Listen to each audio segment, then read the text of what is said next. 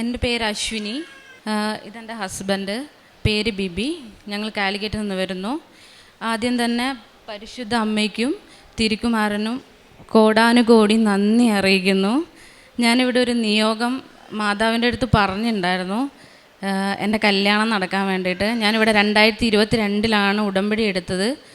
അപ്പോൾ 2022 ഉടമ്പടി എടുത്തിട്ട് എൻ്റെ കല്യാണം ഇങ്ങനെ ലേറ്റായി കൊണ്ടുവരുന്നത് കണ്ടപ്പോൾ എൻ്റെ അമ്മയ്ക്കൊക്കെ ഭയങ്കര വിഷമമായിരുന്നു. അങ്ങനെ ഞാൻ മാതാവിനെ പ്രാർത്ഥിക്കും, മാതാവിനെ ആരാധിക്കും. 22 ഞാൻ ഉടമ്പടി എടുത്തു. പിന്നെ കല്യാണം നടക്കാത്തത് കണ്ടപ്പോൾ മാതാവിൻ്റെ അടുത്ത് എൻ്റെ അമ്മ പറഞ്ഞു ഇനി കൃപാസനത്തിലേക്ക് വരില്ല എന്ന്. അപ്പോൾ അമ്മ അന്ന് അത് പറഞ്ഞപ്പോൾ എനിക്കത് ഭയങ്കര വിഷമമായി തോന്നി. അങ്ങനെ അന്ന് രാത്രി 2023 രാത്രി ഞാൻ ജോസഫ് അച്ഛനെ സ്വപ്നത്തിൽ കണ്ടു, മാതാവിനെയും കണ്ടു. ജോസഫ് അച്ഛൻ എൻ്റെ അടുത്ത് പറഞ്ഞു കല്യാണം നടക്കും, കല്യാണം നടക്കാനൊരു ടൈമുണ്ട്. ആ ടൈം അന്ന് എനിക്ക് 26 വയസ്സായിരുന്നു. 29ാമത്തെ വയസ്സിൽ എൻ്റെ കല്യാണം നടക്കുന്നു ജോസഫ് അച്ഛൻ എൻ്റെ അടുത്ത് സ്വപ്നത്തിൽ വന്ന് പറഞ്ഞു. അന്ന് എനിക്കിതിനെപ്പറ്റിയൊന്നും അങ്ങനെ അറിയില്ലായിരുന്നു. ഞാനിവിടെ കൃപാസനത്തിൽ വന്നിട്ട് 2022 വന്നത്. അപ്പം ഞാൻ ജോസഫ് അച്ഛൻ സ്വപ്നത്തിൽ പറഞ്ഞപ്പോൾ ഞാനത് ഉറച്ച് വിശ്വസിച്ചു. 29 വയസ്സ് വരെ വെയിറ്റ് ചെയ്തു ഞാൻ. അതിനിടയിൽ ഒരുപാട് പ്രപ്പോസൽ വന്നിട്ടുണ്ടെങ്കിലും പല കാരണങ്ങൾ കൊണ്ടും കല്യാണം നടന്നില്ല. അങ്ങനെ ഞാൻ അതുവരെ മാതാവിൻ്റെ അടുത്ത് ഉടമ്പടി റിന്യൂ ചെയ്തു. പ്രേക്ഷിത പ്രവർത്തനങ്ങൾ, കാരുണ്യ പ്രവർത്തനങ്ങളെല്ലാം ഞാൻ ചെയ്തുകൊണ്ടിരുന്നു. മാതാവുമായിട്ട് ഞാൻ ഭയങ്കര ക്ലോസ് ആയിരുന്നു. എൻ്റെ ഓരോ ദിവസം സ്റ്റാർട്ട് ചെയ്യുമ്പോഴും ഞാൻ മാതാവിൻ്റെ അടുത്ത് സംസാരിക്കുമായിരുന്നു. എല്ലാ കാര്യവും ഞാൻ മാതാവിൻ്റെ അടുത്ത് ഷെയർ ചെയ്തിട്ടാണ്. ഞാൻ പുറത്തേക്ക് പോകുമ്പോൾ പോലും മാതാവിൻ്റെ അടുത്ത് ഞാൻ എല്ലാ കാര്യവും പറയുമായിരുന്നു. ഒരമ്മ മകൾ ബന്ധം അത്രയും സ്ട്രോങ് ആയ ഒരു ബോണ്ടായിരുന്നു ഞാനും മാതാവും തമ്മിൽ. ഞാനൊരു ഹിന്ദു ആണ്, എൻ്റെ ഹസ്ബൻഡും ഹിന്ദു ആണ്. അതിലുപരി ഞാൻ മാതാവിനെ ഒരുപാട് സ്നേഹിക്കുന്നുണ്ടെന്ന് മാതാവിന് അത് നന്നായിട്ട് അറിയാം, എനിക്കും അറിയാം. അപ്പോൾ ഞാൻ എൻ്റെ എല്ലാ കാര്യങ്ങളും മാതാവിൻ്റെ അടുത്ത് ഷെയർ ചെയ്യുന്നത് കൊണ്ട് തന്നെ മാതാവിൻ്റെ അടുത്ത് ഞാൻ പറയുമായിരുന്നു ഞാൻ കാലിക്കറ്റ് ആയതുകൊണ്ട് എനിക്ക് കാലിക്കറ്റിൽ നിന്ന് തന്നെ എനിക്കൊരു പ്രപ്പോസൽ കൊണ്ട് തരണം. എനിക്ക് ഭയങ്കര നിർബന്ധമായിരുന്നു കാലിക്കറ്റ് തന്നെ വേണമെന്ന്. പിന്നെ അതുപോലെ പുറത്ത് നിന്നുള്ളൊരു പ്രപ്പോസൽ മാതാവിൻ്റെ അടുത്ത് ഞാൻ പറഞ്ഞിട്ടുണ്ടായിരുന്നു. എനിക്ക് UK പോകാനും കാനഡയിൽ പോകാനൊക്കെ എനിക്ക് ഒരുപാട് ഇഷ്ടം മാതാവേ. പക്ഷേ എനിക്ക് അങ്ങോട്ടേക്ക് പോകാൻ പറ്റുന്നില്ല. ഞാൻ കല്യാണം കഴിക്കാൻ പോകുന്ന പാർട്ട്ണറെങ്കിലും പുറത്തുള്ള ആളായാൽ മതി. അപ്പോൾ മാതാവിൻ്റെ അടുത്ത് ഞാൻ എപ്പോഴും സംസാരിക്കും, UK കാനഡയോ അതിലേത് വേണമെങ്കിൽ മാതാവിനെ സെലക്ട് ചെയ്യാൻ, എനിക്ക് ഏതായാലും ഞാൻ ഹാപ്പിയാണ്. മാതാവിൻ്റെ അടുത്ത് സംസാരിക്കും. മാതാവിൻ്റെ അടുത്ത് ഞാനിങ്ങനെ കല്യാണത്തിൻ്റെ കാര്യം ഞാൻ എപ്പോഴും പറയും. മാതാവ് എൻ്റെ വീട്ടിൽ ഈ കൃപാസന മാതാവിൻ്റെ ഒരു രൂപം എൻ്റെ വീട്ടിലുള്ളത് കൊണ്ട് മാതാവിൻ്റെ അടുത്ത് ഞാൻ എപ്പോഴും സംസാരിക്കും, ആ രൂപം നോക്കി സംസാരിക്കും. അങ്ങനെ കല്യാണത്തിൻ്റെ കാര്യം പറഞ്ഞപ്പോൾ കോഴിക്കോട് നിന്നും പ്രപ്പോസൽ വേണം. പിന്നെ ഞാൻ മാതാവിൻ്റെ അടുത്ത് പറഞ്ഞത് വിദേശത്ത് നിന്ന് വേണമെന്ന് പറഞ്ഞു. പിന്നെ ഞാൻ മാതാവിൻ്റെ അടുത്ത് ഓപ്പണായിട്ട് തന്നെ പറഞ്ഞു എനിക്ക് മാച്ചായിട്ടുള്ള ഒരു പാർട്ട്ണറെ തന്നെ വേണം മാതാവേ, എന്നെ മനസ്സിലാക്കുകയും എൻ്റെ എല്ലാ കാര്യങ്ങളും അറിയാവുന്ന ഒരാളെ തന്നെ വേണം എന്ന് ഞാൻ മാതാവിൻ്റെ അടുത്ത് ഭയങ്കര സ്ട്രിക്റ്റായിട്ട് തന്നെയാണ് ഞാൻ സംസാരിച്ചത്. അപ്പോൾ എനിക്ക് ഓരോ പ്രപ്പോസൽ വരുമ്പോഴും ഞാൻ മാതാവിൻ്റെ അടുത്ത് സംസാരിച്ച് അതുപോലത്തെ പ്രപ്പോസൽ അല്ലെങ്കിൽ ഞാൻ മാതാവിൻ്റെ അടുത്ത് ഓപ്പണായിട്ട് പറയും മാതാവ് ഞാൻ ഹാപ്പി അല്ല എന്ന്. മാതാവ് എന്ത് ചെയ്യുന്നത് വെച്ചാൽ എനിക്ക് വരുന്ന പ്രപ്പോസൽ ഞാൻ ഹാപ്പി അല്ല എന്ന് പറഞ്ഞാൽ ആ പ്രപ്പോസൽ അതുവഴി പോവും. അപ്പോൾ ഇതുവരെ എനിക്ക് വന്നുകൊണ്ടിരുന്ന പ്രപ്പോസലൊന്നും ഓക്കെ അല്ലായിരുന്നു. ഞാൻ മാതാവിൻ്റെ അടുത്ത് ഓപ്പണായിട്ട് ഞാൻ പറഞ്ഞു ഞാൻ ഹാപ്പി അല്ല എന്ന്. അങ്ങനെ ഒരു ദിവസം മാതാവിൻ്റെ അടുത്ത് ഞാൻ 29 വയസ്സാവുന്നവരെ വെയിറ്റ് ചെയ്യാൻ ഞാൻ തയ്യാറായി. അതുവരെ എനിക്കൊരു പ്രപ്പോസലൊന്നും നടന്നില്ല. അങ്ങനെ ഫെബ്രുവരി 27 എൻ്റെ ബർത്ത്ഡേ. 27 എൻ്റെ ബർത്ത്ഡേയും 28 എൻ്റെ കല്യാണവും മാതാവ് നടത്തി തന്നു. അപ്പം ഞാൻ ഭയങ്കര ഹാപ്പിയാണ്. എനിക്ക് ഈ കഴിഞ്ഞ ഫെബ്രുവരി 27 എനിക്ക് 29th കംപ്ലീറ്റായി. 29 വയസ്സ് എനിക്ക് പൂർത്തിയായി. 28ാമത്തെ ദിവസം മാതാവിൻ്റെ കല്യാണം നടത്തി തന്നത് ഭയങ്കര ഒരു ബ്ലെസ്സിങ്സ് ആയിട്ട് ഞാൻ കാണുക. കാരണം ഞാൻ എന്ത് പറഞ്ഞാൽ അത് അതുപോലെ തന്നെ എനിക്ക് നടത്തി തന്നു. മാതാവിൻ്റെ അടുത്ത് ഞാൻ ഒരുപാട് നന്ദി പറയുന്നു, ഈശോയുടെ അടുത്ത് ഞാൻ നന്ദി പറയുന്നു. പിന്നെ എനിക്കുണ്ടായ ഒരു എക്സ്പീരിയൻസ് മാതാവ് എൻ്റെ സ്വപ്നത്തിൽ വന്നതാണ്. ഒരു ദിവസം ഞാൻ എൻ്റെ ഒരു ഫ്രണ്ടിന് വേണ്ടിയിട്ട് ഞാൻ പ്രാർത്ഥിച്ചു. ജോസഫ് അച്ഛൻ പറഞ്ഞിട്ടുണ്ടായിരുന്നു നല്ല മനസ്സുള്ളവർക്ക് ദൈവത്തിനെ കാണാൻ പറ്റുമെന്ന്. ഞാനത് സ്ട്രോങ് ആയിട്ട് തന്നെ വിശ്വസിച്ചു. ഒരു ദിവസം എൻ്റെ ഒരു ഫ്രണ്ടിന് ആക്സിഡൻ്റായി മരണപ്പെട്ടു പോയി. എൻ്റെ നല്ലൊരു ഫ്രണ്ടായിരുന്നു. അപ്പോൾ അവൻ്റെ അമ്മ ഒരുപാട് വിഷമിക്കുന്നത് കണ്ടപ്പോൾ ഞാൻ അവൻ്റെ അമ്മയ്ക്കും മരിച്ചുപോയ അവന് വേണ്ടിയിട്ട് ഞാൻ പ്രാർത്ഥിച്ചു. ആ അമ്മയ്ക്ക് മാതാവിന് ഈശോനെ പോലെ തന്നെ ആ അമ്മയ്ക്ക് ആൺകുട്ടിയായിട്ട് ആ ഒരു മകൻ മാത്രമായിരുന്നു ഉണ്ടായിരുന്നുള്ളൂ, ഒരു മകൻ മാത്രം. അപ്പോൾ ആക്സിഡൻറ്റിൽ ആ അമ്മയുടെ മുന്നിൽ നിന്നാണ് ആ മകൻ മരിച്ചു പോകുന്നത്. അപ്പോൾ അമ്മയ്ക്കത് എനിക്ക് അറിയാവുന്ന ആളായതുകൊണ്ട് ഞാൻ അമ്മയെ സമാധാനിപ്പിച്ചു. ഒരു ഡിസംബർ 5-ാം തീയതി ആയിരുന്നു ഞാൻ ആ അമ്മയ്ക്കും മകനും വേണ്ടിയിട്ട് പ്രാർത്ഥിച്ചത്. ഞാൻ പ്രാർത്ഥിച്ചപ്പോൾ മെഴുകുതിരി കത്തിച്ച് മാതാവിൻ്റെ അടുത്ത് ഞാൻ പ്രാർത്ഥിച്ചു. ആ മരിച്ചുപോയ മകൻ്റെ ആ ഒരു വേദന ആ അമ്മയ്ക്ക് താങ്ങാൻ പറ്റുന്നില്ല, മാതാവെ ഒന്ന് സമാധാനിപ്പിക്കുന്നത്. ഞാൻ മാതാവിൻ്റെ അടുത്ത് ഞാൻ പറഞ്ഞുള്ളൂ. അപ്പോൾ പുള്ളിക്കാരനൊരു ഷോർട്ട് ഫിലിമും കാര്യങ്ങളൊക്കെ ചെയ്യുന്ന ഒരു മകനായിരുന്നു. അപ്പോൾ പകുതിക്ക് ഷോർട്ട് ഫിലിമൊക്കെ സ്റ്റോപ്പ് ചെയ്ത് വെച്ചൊരു മകനായിരുന്നു. അപ്പോൾ ഒരു നവംബർ 13-ാം തീയതിയാണ് മരിച്ചു പോയത്. അപ്പോൾ ആ അമ്മയ്ക്ക് അത് ഒറ്റൊരു മകനായതുകൊണ്ട് താങ്ങാൻ പറ്റുന്നില്ലായിരുന്നു. അങ്ങനെ ഞാൻ പ്രാർത്ഥിച്ചു. അന്ന് ഡിസംബർ 5-ാം തീയതി ഒരു 8:30 ആയപ്പോൾ എൻ്റെ റൂമിലേക്ക് മാതാവ് വരുന്നതാണ് ഞാൻ കണ്ടത്. ഞാൻ റൂമിൽ ഒറ്റയ്ക്ക് കിടക്കുകയായിരുന്നു. മാതാവിൻ്റെ കണ്ണ്, മാതാവിൻ്റെ മൂക്ക്, മാതാവിൻ്റെ ചുണ്ട്, ഇതൊക്കെയായിരുന്നു ഞാൻ കാണുന്നത്.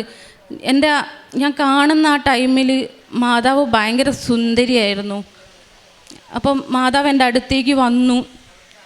ഞാൻ ചരിഞ്ഞ് കിടക്കുകയായിരുന്നു.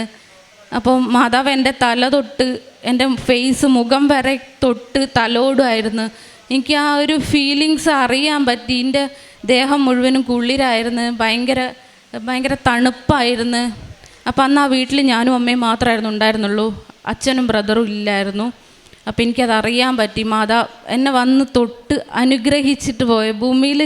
എൻ്റെ റൂമിലേക്ക് ഇറങ്ങി വന്ന് എൻ്റെ തലയും എൻ്റെ ഫേസൊക്കെ മാതാവ് തൊട്ടിട്ടാണ് മാതാവ് പോയത്.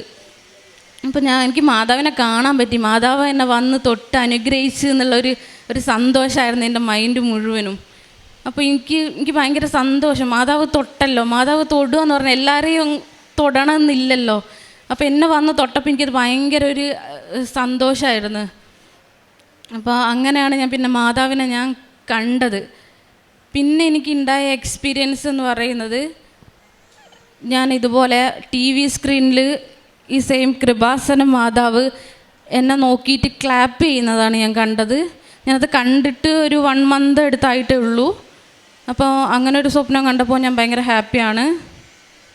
ഇപ്പം ഈ കൃപാസനത്തിലേക്ക് വന്നിട്ട്, എൻ്റെ കല്യാണം നടന്നതുകൊണ്ട് എനിക്ക് കൃപാസനത്തിലേക്ക് വന്നിട്ട് സാക്ഷ്യം പറയണമെന്നുണ്ടായിരുന്നു. അതുകൊണ്ട് ഞങ്ങൾ മലേഷ്യയിൽ പോയിട്ട് നേരിട്ട് ഇങ്ങോട്ടേക്കാണ് വന്നത്, കൃപാസനത്തിലേക്ക്.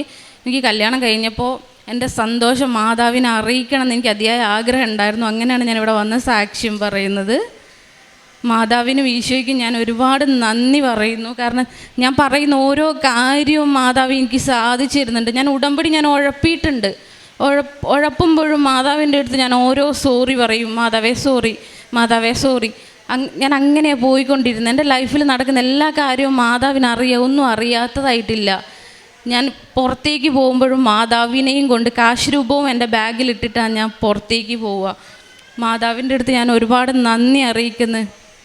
ഞാൻ പറഞ്ഞ എല്ലാ കാര്യവും മാതാവ് സാധിച്ചു തന്നതിന് ഞാൻ ഈശോയ്ക്കും അമ്മ മാതാവിനും ഒരുപാട് നന്ദി പറയുന്നു.